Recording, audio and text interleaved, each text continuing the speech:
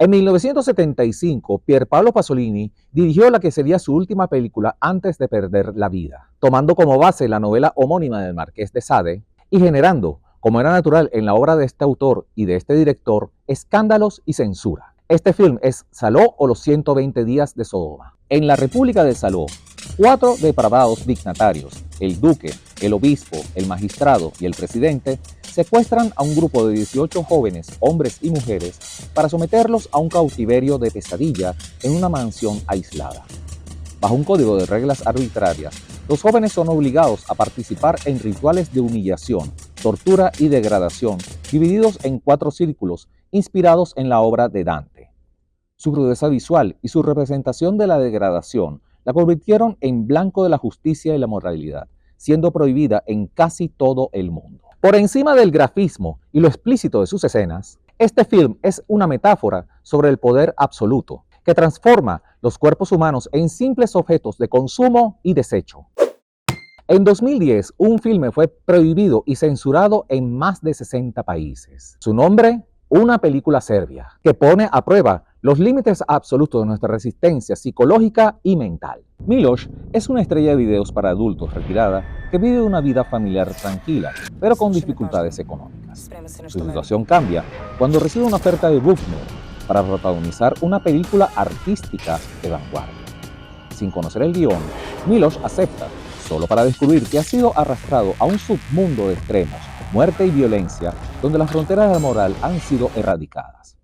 La recreación en pantalla de actos atroces, su violencia gráfica extrema y la crudeza de sus escenas hizo al film censurable e inclasificable. Por encima del grafismo, que muchos catalogaron de gratuito, es una metáfora visceral y sangrienta sobre la opresión estatal y también sobre la pérdida de la dignidad humana. Una obra que utiliza el horror más abyecto para gritar contra la corrupción humana.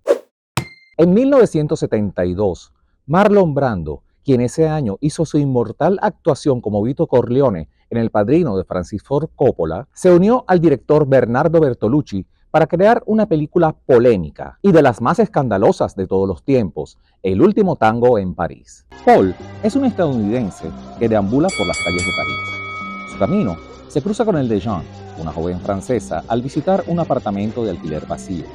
En ese espacio inician una relación instintiva y anónima, basada en no compartir nombres ni detalles de sus vidas. Lo que comienza como una huida física del dolor se transforma en un descenso a los abismos de la pasión, el aislamiento y la desesperación existencial. El film fue prohibido en buena parte del mundo por sus fuertes escenas altamente sexuales y su violencia emocional. Brando se estaba representando a sí mismo con sus miedos e inseguridades. Mucho más que polémica en su momento, fue un terremoto cultural. Demolió los tabúes de la época y cambió las reglas del juego para siempre. Hoy es todo un clásico del cine. Antes de dedicarse a dirigir películas, Martin Scorsese tuvo en mente ser sacerdote. Su espíritu religioso lo plasmó en 1988 con una de sus películas más poéticas, pero también más polémica. Esta fue La última tentación de Cristo, protagonizada por Willem Dafoe como Jesús. Basada en la novela homónima, Scorsese nos trae a un Jesús más allá de lo plasmado en los evangelios, con sentimientos humanos de culpa y rabia que complementan su naturaleza divina. En este entorno, el diablo le plantea 3 tentaciones, 2 de ellas antes de su entrada en Jerusalén. La tercera y última sucede estando en la cruz, cuando le muestra una vida siendo un hombre corriente con descendencia. Esta dualidad fue lo que generó las iras de los conservadores, con amenazas de bombas incluidas. Más allá de la controversia, el filme posee una de las mejores bandas sonoras a cargo de Peter Gabriel. Scorsese nos presenta una obra poderosa y humana, que termina siendo más religiosa que cualquier otra película sobre la vida de Cristo. Verla es un acto de libertad intelectual y espiritual. El terror gore, como lo conocemos en la actualidad, tuvo su inicio en el año 1974, con un clásico que todavía al día de hoy sigue removiendo conciencias, además de generar imágenes no aptas para todo tipo de público. Este film es La masacre de Texas, del director Tobe Hooper. 5 jóvenes atraviesan Texas en una furgoneta bajo un sol implacable. Lo que comienza como un viaje idílico se tuerce cuando, tras recoger a un autoestopista inquietante y quedarse sin combustible, deciden buscar ayuda en una granja.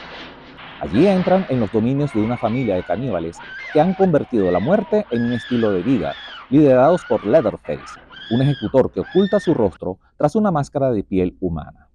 La atmósfera de terror y la crudeza psicológica fueron los motivos para censurar al film en varios países. Un triunfo de la dirección artística y el diseño de sonido, logrando una atmósfera de pavor absoluto con recursos mínimos pero magistrales. Y hace creer que hemos visto horrores que solo pasan en la imaginación, demostrando que Hooper era un genio de la manipulación psicológica.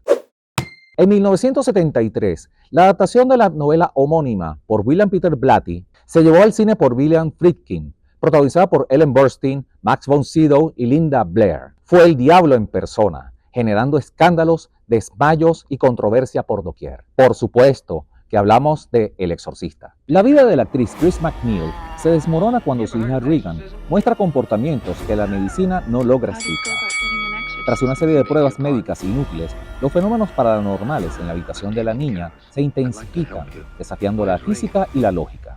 Desesperada, la madre recurre al padre Carras, quien solicita la ayuda del sacerdote Lancaster para realizar a cabo un rito que la iglesia apenas utiliza, un exorcismo.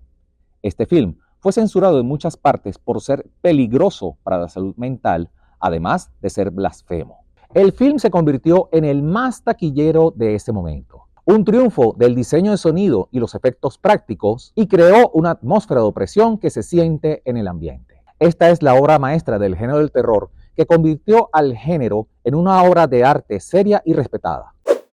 En 1971, el gran Stanley Kubrick llevó a la pantalla grande la novela distópica de Anthony Burgess para convertirla en una de las grandes obras maestras del cine y al mismo tiempo en una de las más polémicas. Es La Naranja Mecánica, protagonizada por Malcolm McDowell.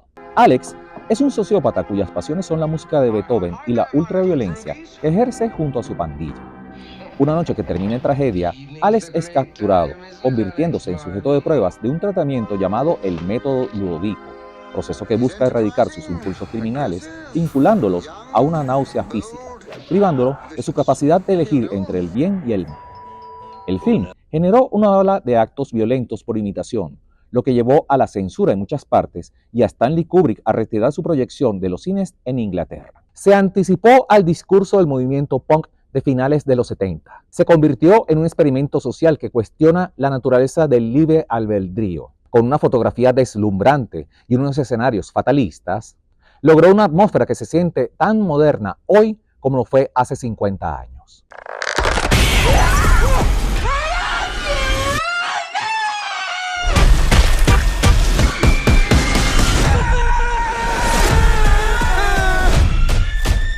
Nicky?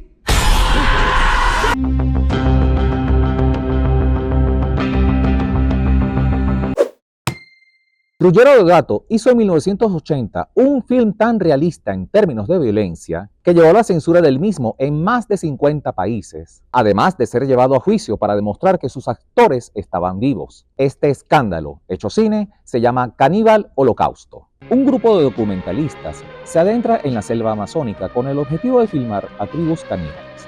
Tras meses sin noticias de ellos, un antropólogo viaja a la selva y descubre que el equipo ha desaparecido, dejando las latas de película que grabaron. Al revelar el material, se descubre que los cineastas no fueron observadores, sino que provocaron actos atroces para conseguir imágenes impactantes. Debido a su violencia hiperrealista y a la inclusión de sacrificios reales de animales, provocó un escándalo global que llevó a su prohibición. Recuerden que tenemos estrenos todos los jueves. Los invitamos a suscribirse a nuestro canal, activar la campanita para recibir las notificaciones y dejarnos sus comentarios acá abajo.